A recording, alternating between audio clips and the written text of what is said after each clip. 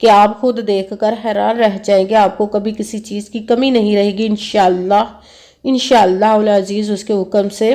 اگر ویڈیو اچھی لگے تو اس کو لائک ضرور کیجیے گا اور آگے بھی شیئر کر دیجیے گا تاکہ کسی دوسرے کو ہماری وجہ سے فائدہ پہنچے تو ہمارے لیے صدقہ جاریہ بن جائے۔ جو نئے ہیں اس چینل پر، اس چینل کو سبسکرائب کر لے، بیل آئیکن کو بھی دبا لے تاکہ میری اگلی آنے والی ویڈیو آپ تک پہنچ سکے۔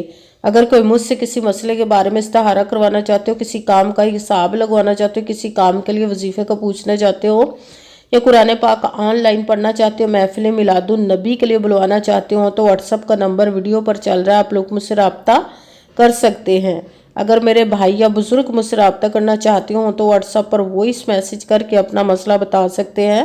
اگر بہنیں یا مائیں مجھ سے رابطہ کرنا چاہتی ہوں تو واٹس ایپ پر وائس کال کر کے مجھ سے بات کر سکتی ہیں، اپنا مسئلہ بتا سکتی ہیں۔ آپ نے وظیفہ کرنے سے پہلے کمنٹس میں اپنا نام، جہاں آپ رہتے ہو جگہ کا نام اور اللہ پاک کا ایک نام ضرور لکھنا ہے تاکہ میں بھی آپ لوگوں کے لیے دعا کر سکوں، اور پھر وظیفے کی بھی آپ لوگوں کو اجازت مل جائے گی۔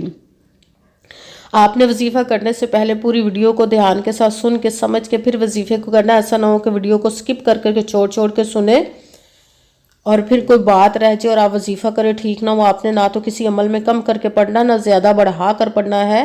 اگر کم یا زیادہ کر دیتے تو وہ ہمارا وظیفہ ٹھیک نہیں ہوتا، ہمیں کامیابی نہیں ملتی۔ اسی لیے آپ نے مکمل وظیفہ جس تعداد اور جس ترتیب کے ساتھ میں بتانے لگی اسی تعداد اور اسی ترتیب کے ساتھ آپ نے اس عمل کو پڑھنا ہے۔ آپ اس عمل کو آج کے دن کسی بھی جگہ پر بیٹھ کر پڑھ سکتے، گھر میں، آفس، مدرسے، یونیورسٹی، کالج، شاپ پہ، مگر جب پڑھنے لگے تو بالکل خاموشی، توجہ، سکون کے ساتھ پڑھنا کا وظیفے کے درمیان نہ تو آپ نے کسی سے بات کرنی، نہ اٹھنا، نہ فون استعمال کرنا ہے۔ اگر ہم وظیفے کے درمیان کسی سے بات کر لیتے یا اٹھ جاتے تو وہ ہمارا وظیفہ ٹھیک نہیں ہوتا، ہمیں کامیابی نہیں ملتی۔ اس لیے آپ نے مکمل وظیفہ جس پڑھنے کے بعد کسی سے بات کرنی، اٹھنا یا کہ فون استعمال کرنا ہے۔ آپ اس وظیفے کو آج کے دن کسی بھی وقت پڑھ سکتے، کسی بھی نماز کے ساتھ پڑھ سکتے، نماز کے علاوہ بھی پڑھ سکتے ہیں۔ اگر نماز کے ساتھ پڑھ رہے تو نماز مکمل پڑھنے کے بعد، دعا مانگنے کے بعد آپ نے اس عمل کو پڑھنا ہے۔ اگر نماز کے علاوہ پڑھ رہے تو باوضو ہو کر ایسی جگہ پر بیٹھ کر پڑھنا جو بالکل خاموشی، توجہ، سکون کے ساتھ آپ اس عمل کو پڑھ سکیں۔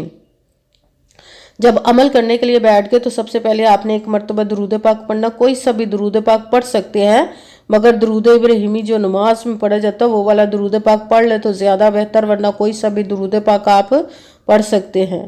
درود پاک پڑھنے کے بعد آپ نے ایک مرتبہ اعوذ باللہ من الشیطان الرجیم بسم اللہ الرحمن الرحیم پڑھ کر اپنے مقصد کی نیت کر لینی جس کے لیے آپ اس عمل کو پڑھنے لگے۔ پھر پہلے نمبر پر جو آپ نے وظیفہ پڑھنا وہ قرآن پاک کی سورۃ فاتحہ کی ایک آیت مبارکہ کا پڑھنا ہے، وہ ہے الحمدللہ رب العالمین، الحمدللہ رب العالمین، الحمدللہ رب العالمین، الحمدللہ رب العالمین، الحمدللہ رب العالمین، الحمدللہ رب العالمین۔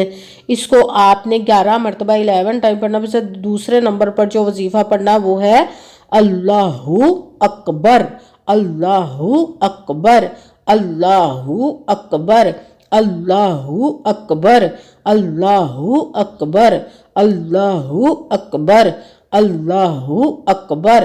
اس کو آپ نے 41 مرتبہ 41 ٹائم پڑھنا۔ بھی ساتھ ہی تیسرے نمبر پر جو وظیفہ پڑھنا وہ رب کائنات کے 2 اسم مبارک کو ملا کر پڑھیں گے تو ایک گنا جائے گا، وہ ہے یا حیو یا قیوم، یا حیو یا قیوم، یا حیو یا قیوم، یا حیو یا قیوم، یا حیو یا قیوم، یا حیو یا قیوم۔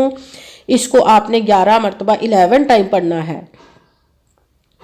سب سے پہلے ایک مرتبہ درود پاک پڑھا، پھر ایک مرتبہ اعوذ باللہ من الشیطان الرجیم بسم اللہ الرحمن الرحیم پڑھ کر اپنے مقصد کی نیت کر لینی جس کے لیے آپ اس عمل کو پڑھنے لگے۔ پھر پہلے نمبر پر جو آپ نے وظیفہ پڑھنا وہ ہے سورۃ فاتحہ کی، قرآن پاک کی سورۃ فاتحہ کی ایک آیت مبارکہ کا پڑھنا، وہ ہے الحمدللہ رب العالمین۔ اس کو آپ نے 11 مرتبہ 11 ٹائم پڑھنا۔ پھر ساتھ دوسرے نمبر پر جو وظیفہ پڑھنا وہ ہے اللہ اکبر۔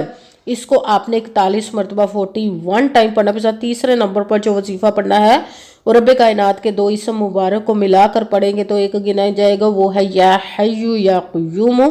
اس کو آپ نے 11 مرتبہ 11 ٹائم پڑھنا، پھر وہی درود پاک پڑھنا جو درود پاک آپ نے وظیفہ شروع کرنے سے پہلے پڑھا تھا۔ جب درود پاک پڑھ لیا، اب آپ کا وظیفہ مکمل ہو گیا۔ اب آپ نے دونوں ہاتھوں کو رب کائنات کی بارگاہ اقدس میں بلند کر لینا۔ سب سے پہلے اپنے گناہوں کی بخشش کی دعا مانگنی، پھر جس مقصد جس حاجت کے لیے آپ نے اس عمل کو کیا اس کی خوب دعا کیجیے گا۔ دعاؤں میں مجھے بھی یاد رکھیے گا، میرے لیے بھی دعا کیجیے گا۔ جزاک اللہ خیرہ۔ جس مقصد جس حاجت کے لیے آپ نے اس عمل کو کیا، رب کائنات اپنے حکم سے، اپنے پیارے محبوب کے صدقہ سے، اپنے کلام پاک اور اسم مبارک کے صدقے اور اس پیارے پیارے ماہ مبارک شبان المعظم کے صدقے آپ کی تمام نیک اور جائز حاجات کو قبول و منظور عطا فرمائے انشاءاللہ۔ انشاءاللہ العزیز رب کائنات اپنے حکم سے، آمین ثم آمین۔ السلام علیکم ورحمۃ اللہ وبرکاتہ۔